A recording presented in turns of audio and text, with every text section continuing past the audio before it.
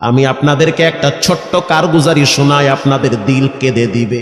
2016 সালের ঘটনা। তখন ঢাকায় মোহাম্মদপুর আমি খতমে তারাবির জন্য 2 জন হাফেজ নিয়োগ দেওয়া হবে কেন্দ্রীয় মসজিদে। অনেক হাফেজে কোরআনরা সিরিয়াল ধরেছে তারাবি পড়াবে। কার মনে না চায় এত বড় এক মসজিদে আমি যদি চান্স পাইতাম তো আমার কপালটা খুলে যেত। শুক্রবার দিন সবাই দরখাস্ত রাখলো, ইন্টারভিউ শুরু হয়ে গেল। পরের জুমায় অসংখ্য ছাত্রদেরকে দেখছি খতমে তারাবির জন্য ইন্টারভিউ সিরিয়াল দিয়েছে। ইন্টারভিউ বোর্ডের ভিতরে আমি ছিলাম। কয়েকজন হাফেজকে আমরা সিলেকশন করছি যে এদেরকে নেওয়া হবে। এদের তেলাওয়াত সুন্দর, পড়াও বড় মজার। আমরা কাগজগুলো এক জায়গায় জমা করছি। পরের জুমায় আমরা ঘোষণা দিয়ে দিব কোন মায়ের সন্তান চান্স পাবে। পরের জুমায় যখন জুমার নামাজের পর 3টার দিকে যখন আমরা বসে বসে ফলাফলগুলা দেখতেছি যে কাকে কত নাম্বার দেওয়া হয়েছে, দরওয়াজা লাগায় দিছি, জানলা লাগায় দিছি, এসি ছেড়ে দেওয়া হয়েছে, সব লাগানো, বাহির থেকে কিছুই দেখা যায় না। ইন দি মিন টাইমে মসজিদের বারান্দার দরওয়াজায় কে যেন নক করতেছে। খাদেম সাহেব আস্তে করে জালনা খুইলা উকি মাইরা দেখতেছে যে 2টা ছোট বাচ্চা বাহিরে দাঁড়িয়ে আছে, একেবারে অল্প বয়স। খাদেম প্রশ্ন করলো, তোমরা কারা, কেন আসছো? বলে, আমরা 2 জন আসছি খতমে তারাবির ইন্টারভিউ দেওয়ার জন্য। আবার পায়ের দিকে তাকায়, আবার জামার দিকে তাকায়, কারণ কথার সাথে বাহ্যিক সুরত মিলে না। অন্য অন্য ছাত্রদেরকে দেখছি কত উন্নত পোশাক পরে, গেটআপ কত সুন্দর করে ইন্টারভিউ দেওয়ার জন্য আসছে। আর এই 2 জনের দিকে তাকায় দেখলাম মনে হয় রাস্তায় ভিক্ষা করতে করতে আইছে। মানায় না, একেবারে গরিব।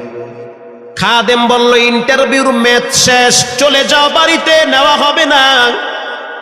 যাদের ব্যাপারে পরীক্ষা নেওয়া হয়েছে তাদের ব্যাপারে ঘোষণা দেওয়া হবে।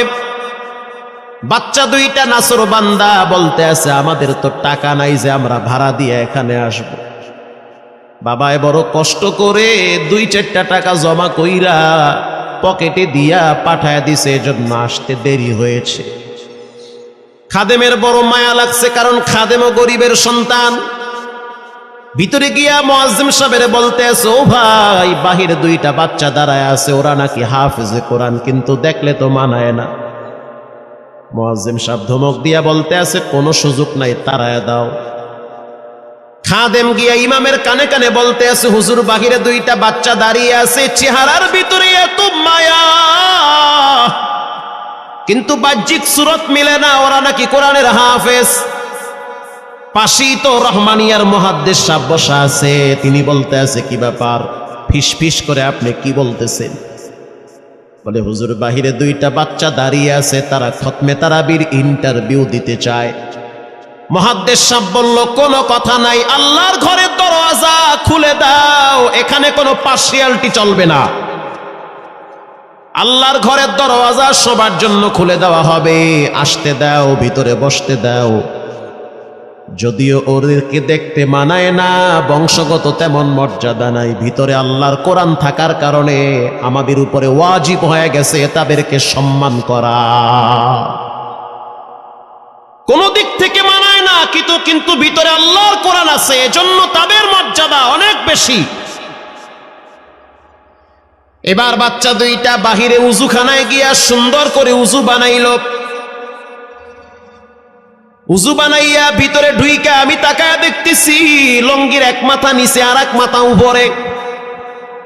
এতটাই ভয়াবহ অবস্থা, কিন্তু আজীব দৃশ্য। 2 জনের চেহারা একই রকম লাগে, 2 জনের চেহারা একই রকম লাগে।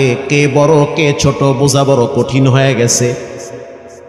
মুসলমান ভাইয়েরা আমার, ইমাম সাহেব প্রশ্ন করলো, তোমরা 2 জনের বাড়ি কোথায়? বলে, আমরা নারায়ণগঞ্জে ভাড়া থাকি। বাড়ি কোথায়? বলে, আমাদের বাড়ি কুড়িগ্রামে। কুড়িগ্রাম থেকে ঢাকায় কেমনে আসছো? বলে, বাবায় ঢাকায় নিয়ে আসছে।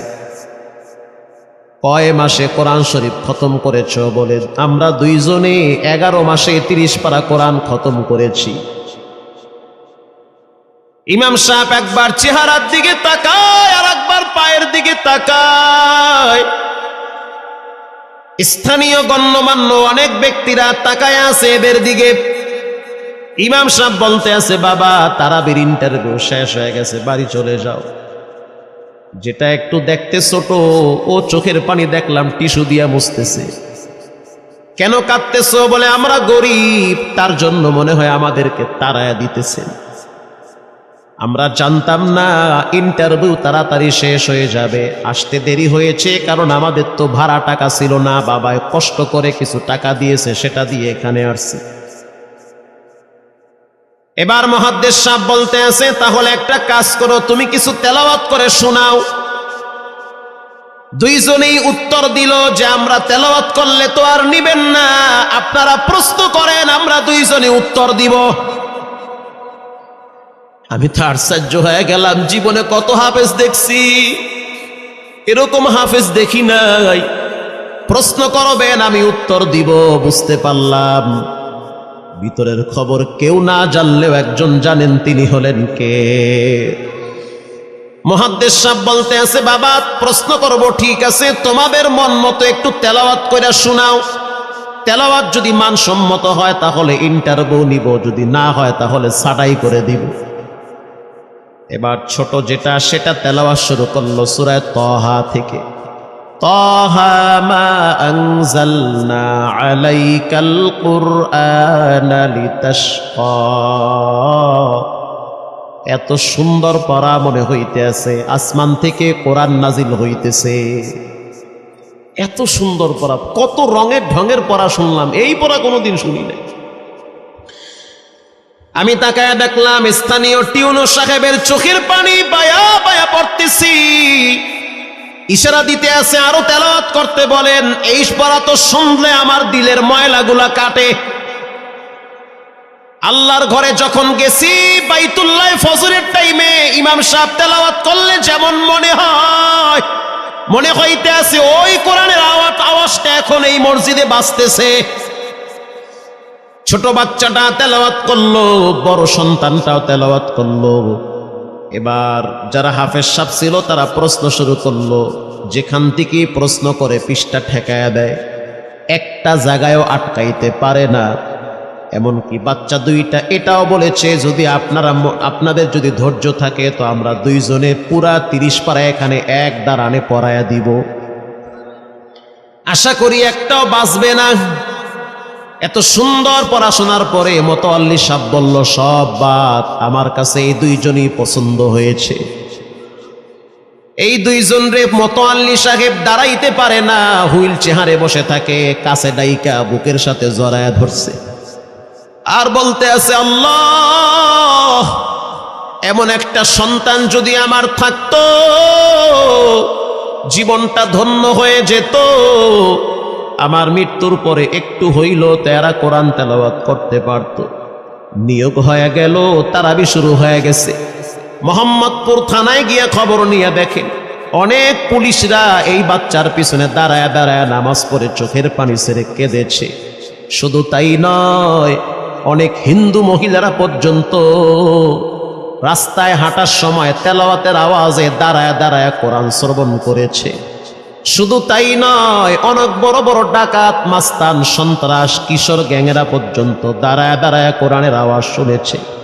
17ই রমজান তেছে বদর দিবস, হাজার হাজার মুসল্লি দাঁড়িয়ে আছি। ইমাম সাহেব জানে না যে এরা দুইজনে আপন মায়ের পেটের ভাই হয়, এটা ইমামের জানা নাই। দুইজনে তারাবি চলতে আছে, চমৎকার পড়া, পিছনে শত শত মাওলানা মুফতি দাঁড়ায় থাকে। মনে হইতেছে তেলাওয়াতের আওয়াজে আর এক জগতে হারিয়ে যায়, এত সুন্দর পড়া। তারাবি শেষ হয়ে গেল, মুসাফা শুরু হয়ে গেল। বাচ্চা দুইটারে কেউ বুকের সাথে জড়ায়, কেউ কপালে চুমা দেয়, বলে আল্লাহর কোরআনকে চুমা দেই। হাজার হাজার মানুষ যখন আস্তে আস্তে নামাজ শেষ করে চলে গেল, একেবারে মসজিদের পিছনে বারান্দার পরে আরো একটা বারান্দা থাকে, ওই বারান্দায় এক লোক বসে বসে গামছা দিয়া চোখের পানি মুছতেছে। কিছুক্ষণ পরে লোকটা দেওয়ালের সাথে কপালটা ঠেকায় দিয়া একেবারে অস্থির হয়ে গেল। মনে হচ্ছে তার ভিতরে কাঁপুনি শুরু হয়ে গেছে। কিছু মুসল্লি গিয়া প্রশ্ন করলো, কি হয়েছে আপনার? বলে আমার কিছুই হয় নাই। টাকা লাগবে? বলে না, টাকা লাগবে না। তাহলে আপনি কেন এখানে কাঁদতেছেন? বলে আমি এমনি কাঁদতেছি, এটা কষ্টের কান্না না, এটা খুশির কান্না। এটা কষ্টের কান্না না, এটা খুশির কান্না, আনন্দর কান্না। আল বুকা মিনাল ফারাহ। অতি সুখে মানুষ কখনো কখনো কেঁদে দেয়, চোখের পানি ছেড়ে দেয়। ইমাম সাহেব বলল, পিছনে কে? লোকটা তাকে সামনে নিয়ে আসে। এবার লোকটাকে যখন কিছু দূর সামনে আনা হইল, ওই বাচ্চা দুইটা মসজিদের ভিতর থেকে দৌড় মাইরা গিয়া বলতে আছে, এই লোকটা আমার আব্বা, ইনি আমার আব্বা হয়। ধমক দিবেন না, রাগ করবেন না। আমার আব্বা ঢাকা শহরে রিক্সা চালায়। রিক্সা চালায় চালায় আমাদের দুইটা ভাইরে কোরআনের হাফেজ বানাইছে। ইমাম সাহেব ধমক দিয়ে বলতে আছে, আপনি কেন দেরি করলেন? আগে কেন আসলেন না? রিক্সাওয়ালা বলতে আছে, আমি যদি আগে আসতাম আর যদি পরিচয় দিতাম আমি রিক্সাওয়ালা, হয়তো আমার বাচ্চা দুইটারে মানুষ খোটা দিবে যে রিক্সাওয়ালার পোলা।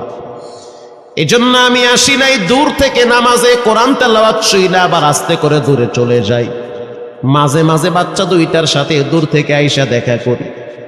এটাই হলো কোরআনের বরকত। পরে শুনতে পারলাম এই বাচ্চা দুইটার মাও নাকি গাড়ি অ্যাক্সিডেন্টে মারা গেছে। লাশ পড়ে আছে সেই কুড়িগ্রামে। একটা ছেলের নাম জুবায়ের আর একটার নাম হলো তালহা।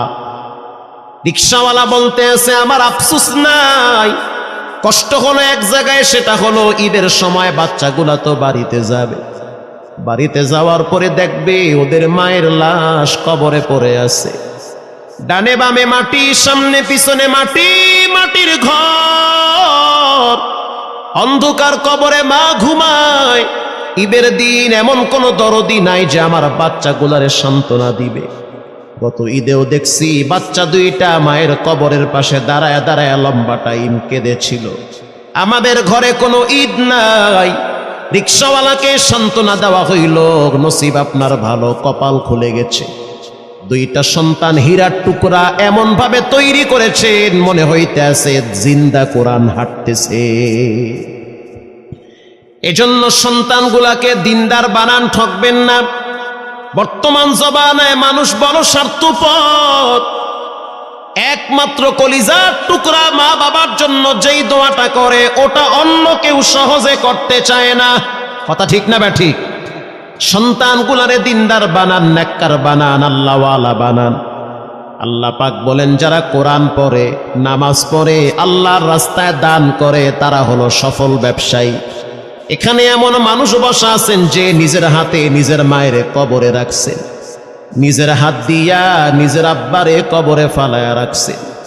ঘরে গিয়া দেখবেন মায়ের বিছানাটা খালি। যেই বিছানায় মা ঘুমাইতো সেই বিছানাটা এখন অসহায়ের মতো পড়ে আছে।